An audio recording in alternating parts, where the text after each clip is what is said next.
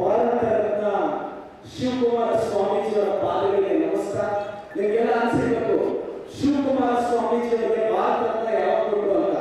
ನನ್ನಂತ ಸಾವಿರಾರು ಜನರು ಸಿದ್ಧಗಂಗೆ ಮಠದಲ್ಲಿ ಊಟ ತಿಂದಾಗಲೇ ನಮ್ಮ ಶಿವಕುಮಾರ ಸ್ವಾಮೀಜಿಗಳು ನಮಗೆ ಭಾರತ ರತ್ನ ಆಗಿದ್ದಾರೆ. ಸ್ವಾಮಿ ವಿವೇಕಾನಂದರನ್ನ ಸ್ಮರಿಸ್ತಾ ಅವರ ಆದರ್ಶಗಳನ್ನ ಪಾಲನೆ ಮಾಡಂತ ಹೇಳ್ತಾ ವೇದಿಕೆಯಲ್ಲಿರೋ ಅಣ್ಣನಾದ ಮಾರ್ಗದರ್ಶಕರ ನಿಮ್ಮೆಲ್ಲರ ಹೆಮ್ಮೆ ನಮ್ಮ ವೆಂಕಟೇಶ ಅವರಿಗೆ ಧನ್ಯವಾದಗಳು ಹೇಳ್ತಾ,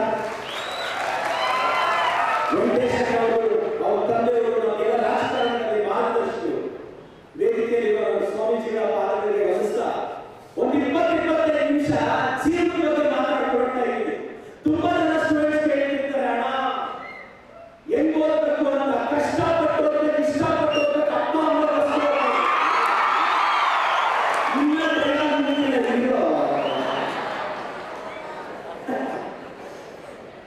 తెలుగు వస్తుందా?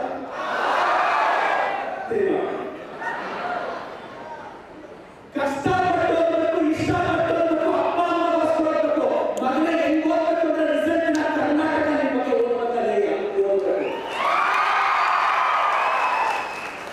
ರಿಸಲ್ಟ್ ಬಂದಿದ್ದ ಕರ್ನಾಟಕ ನಿಮ್ಮ ಬಗ್ಗೆ ಓದಬೇಕು, ಆ ರೇಂಜಲ್ಲಿ ಓದಬೇಕು. ಸುಮ್ಮನೆ ವಿಕ್ಟರಿ ಪಡವಾಗ ಕಷ್ಟಪಟ್ಟಿದೆ ಅದು ಹಿಸ್ಟರಿ ಅಂತ. ಮಗ ಕೋಳಿ ಮೊಟ್ಟೆನ ಆಚೆಯಿಂದ ಹೊಡೆದ್ರೆ ಆಮ್ಲೆಟ್ ಆಗುತ್ತೆ, ಅದೇ ಮೊಟ್ಟೆ ಒಳಗಡೆಯಿಂದ ಹೊಡೆದ್ರೆ ಮರಿ ಆಚೆ ಬರುತ್ತೆ. ತುಂಬಾ ಜನ ನನ್ನ ಕನ್ನಡ ಮೀಡಿಯಂ ಕೇಳ್ತಾ ಇರ್ತಾರೆ, ಅಣ್ಣ ನಾನು ಕನ್ನಡ ಮೀಡಿಯಂ ಓದ್ತಿದ್ದೀನಿ, ನಾನು 1 to 10 ಕನ್ನಡ ಮೀಡಿಯಂ. ಬಹಳ ಜನ ಹೇಳ್ತಾರೆ, ಅಣ್ಣ ನಾನು ಕನ್ನಡ ಮೀಡಿಯಂ ಓದಿದ್ದೀನಿ, ನಾನು ಡಾಕ್ಟರ್ ಆಗ್ಬೋದಾ ಇಂಜಿನಿಯರ್ ಆಗ್ಬೋದಾ, ನಾನು ಇಂಗ್ಲಿಷ್ ಬರಲ್ಲ ಅಂದ್ರೆ English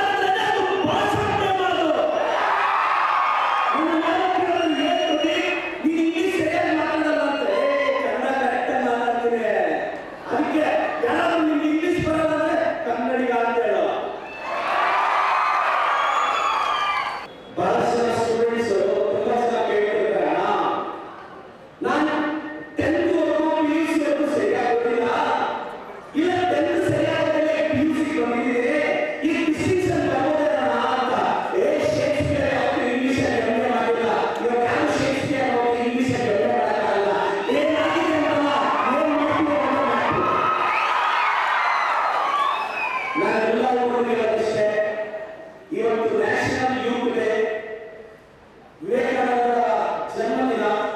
youths R not useless but they are used less. They are used less. ನಮಗೆಲ್ಲರಿಗೂ ತಾಕತ್ತು ಇರುತ್ತಲ್ಲ, ಏನೋ ಸಾಧಿಸಬೇಕು ಅನ್ನೋ ಛಲ ಇರುತ್ತೆ, ಆದ್ರೆ ಏನ್ ಮಾಡೋದು ಹೆಜ್ಜೆ ಇಟ್ಟೆ ಭಯ, ಧೈರ್ಯ ಇರಲ್ಲ. ಎಲ್ಲರೂ ಎಕ್ಸಾಮ್ ಕೊಟ್ರೆ ಭಯ ಆಗ್ತಿದೆ ಅಂತ, ಅದಕ್ಕೆ ಫೇಲ್ ಆಗ್ತೀನಿ ಅಂತಾನೆ ಹೋಗು, ಪಾಸ್ ಆಗ್ತೀನಿ ಹೇಳ್ತೀನಿ.